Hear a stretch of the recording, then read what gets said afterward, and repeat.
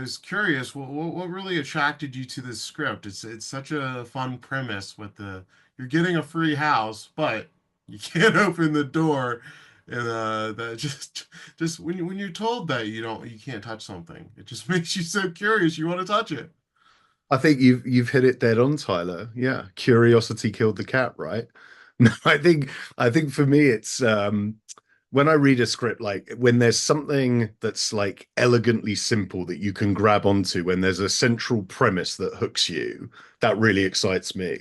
And there's at the heart of Cellar Door is this Faustian bargain, right? This deal with the devil.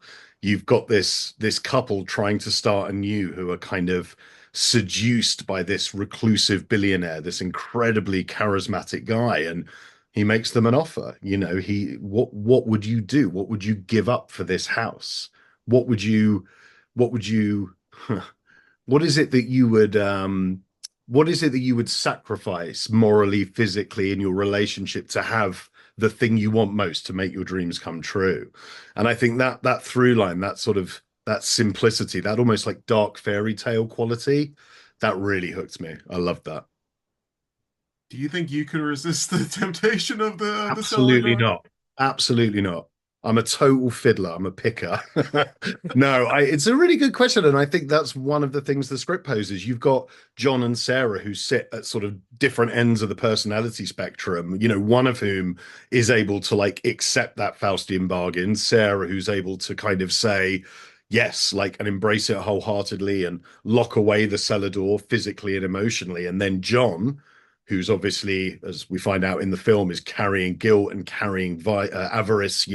He's not able to. He picks and he fiddles and he questions and he ends up in this sort of real negative spiral because of it. I mean, I'd definitely be that guy. I'd be in the negative spiral for sure.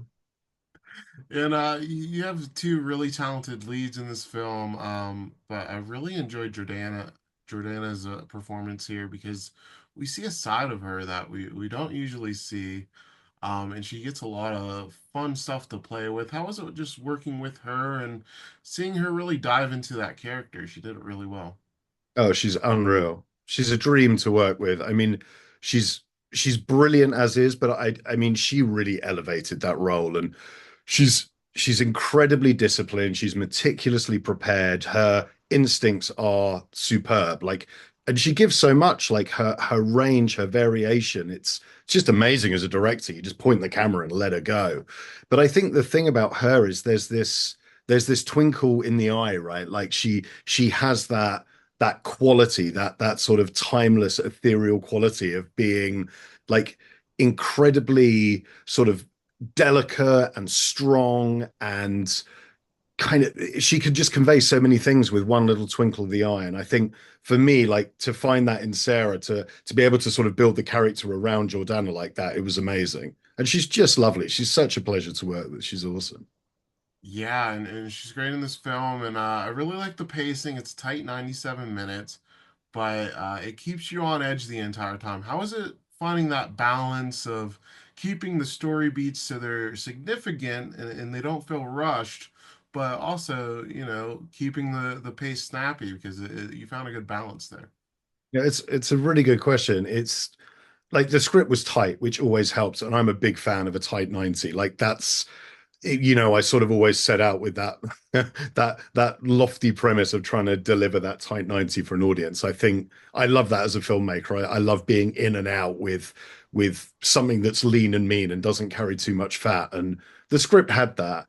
But I think also like, I had a wonderful DP, Michael Merriman, who was able to convey so much in a sort of he has a very classical style, but and the way he moves the camera has this sort of gentle conviction. There's no vanity to it. So in terms of like being able to be rhythmic editorially, having someone like Michael delivering like that kind of those beautiful dailies really helps. We had a wonderful editor in Alex Marquez who did a great job. But I think for me, like so much of it came down to like the cast, the ensemble kind of embracing the tight 90 and we didn't want to linger. We wanted it to be punchy, and that was baked into the script. And it was definitely something that we thought about a lot in performance and rhythm as well. You mentioned the charismatic billionaire earlier, and he's played wonderfully by Laurence Fishburne. That's just spot on, perfect casting. What made you think about him for that role? Because he doesn't get a lot of screen time, but he makes the most of it. He's core to the plot, and I thought he was great. I think with someone like Lawrence, it is that innate, like unknowable, like kind of charisma that the role of Emmett is there's something Mephistophelian about it, right? Like there's this idea of this kind of beguiling millionaire, this sort of Robert Redford indecent proposal silhouette that we sort of talked about a bit, Lawrence and I. It's that feeling of this kind of this man who can put you at ease, this gentle confidence, this charisma, like dressed immaculately in this beautiful house, who welcomes this couple in and wines and dines them. They have this gorgeous evening together, full of conversation and booze and like a really good time. And then they wake up and he's gone, right? Like he's just left a note on the kitchen table saying the house is yours on one condition. Like to find an actor that can embody that in 20 minutes of screen time in a tight 90, you need a superstar, and that's what Lawrence is. And he has this amazing kind of gravitas about him. Like he's so wonderful, he's such a gentleman, and he's so receptive to notes. He's just so easy to work with, but he just has that like innate, you can't really put a word to it. Like it's a superstar quality. He brings it, and yeah, having Yeah, that sort of anchor around was vital. and what's so interesting about him is, as you mentioned, he is able to be so charming, but there's also this element to him where you're like, are there bodies in that cellar door? You're like, there's a mystery and intrigue to that, to his performance and to that role, where you're still like, can we truly trust this guy? Hmm. There's that, That yeah, was that's chameleonic is too strong a term. It's like it's kind of there was we talked a bit about this kind of coldness behind the eyes, Lawrence and I. This idea that he was charming and suave and debonair and sophisticated and all those, nice words.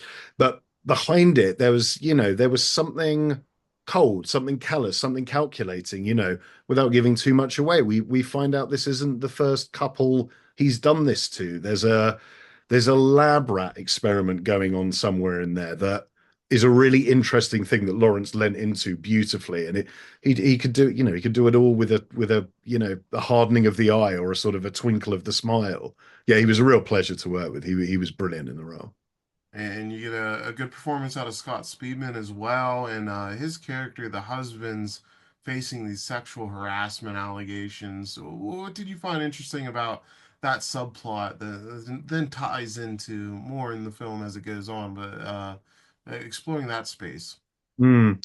It was really interesting because it was sort of beautifully metered in the script. Like the timing was so good that this couple move into the house and Sarah blooms and blossoms and she's able to sort of accept the stipulations of the contract and move on. But John isn't. Like John ends up like torturing himself, like twisting himself in knots, like his life implodes from the moment he moves into that house. There's sexual harassment allegations. He begins lying. He begins pretending he's going to work. He begins this sort of this manic exercise program, like just running his problems away. And Scott, like, I mean, he's an amazing actor, Scott, and he's such the nicest guy to work with. And I think the thing with him was like a lot of it, like he's constantly lying to everyone. He's constantly trying to play people off one another. And that's the thing about lies, right? That's, you got to be really, really smart to be a good liar. Like you've got to constantly build on the structure of the lies you're telling. And that was a big thing for Scott, like kind of trying to get into that headspace of just constantly trying to remember who you said what to and when. And he just does it so well. He comes apart in this really believable, really subtle way. Yeah, I mean, he's wonderful in the movie. Yeah, he is. And my last question for you, the big reveal late, is that just a lot of fun? How is it kind of balancing keeping that a surprise, but also laying some breadcrumbs throughout? Oh yeah, it's a great question. I'm a big fan of an Easter egg. I love a breadcrumb trail. It was we wanted to be careful because we always the producers and I always wanted to treat the audience with respect, right? We didn't want to hide the ball too much, like because it's important that the audience are on the roller coaster, right? They get to enjoy it. They get to see the half looks and the moments of tension between the characters. And I think for us, it was we wanted it to be a surprise. We wanted there to be a rug pull moment, but we wanted it to be plausible. We wanted the audience to sort of have enough clues in the clue bag to be on the road to figuring it out. And I know as a viewer, I love a rug pull film, and when you get that feeling, that kind of savage satisfaction you get, right? Like when there's a great reveal or a great plot twist, like I know how that feels as an audience member, and yeah, that's what I look for, to kind of deliver that for the audience.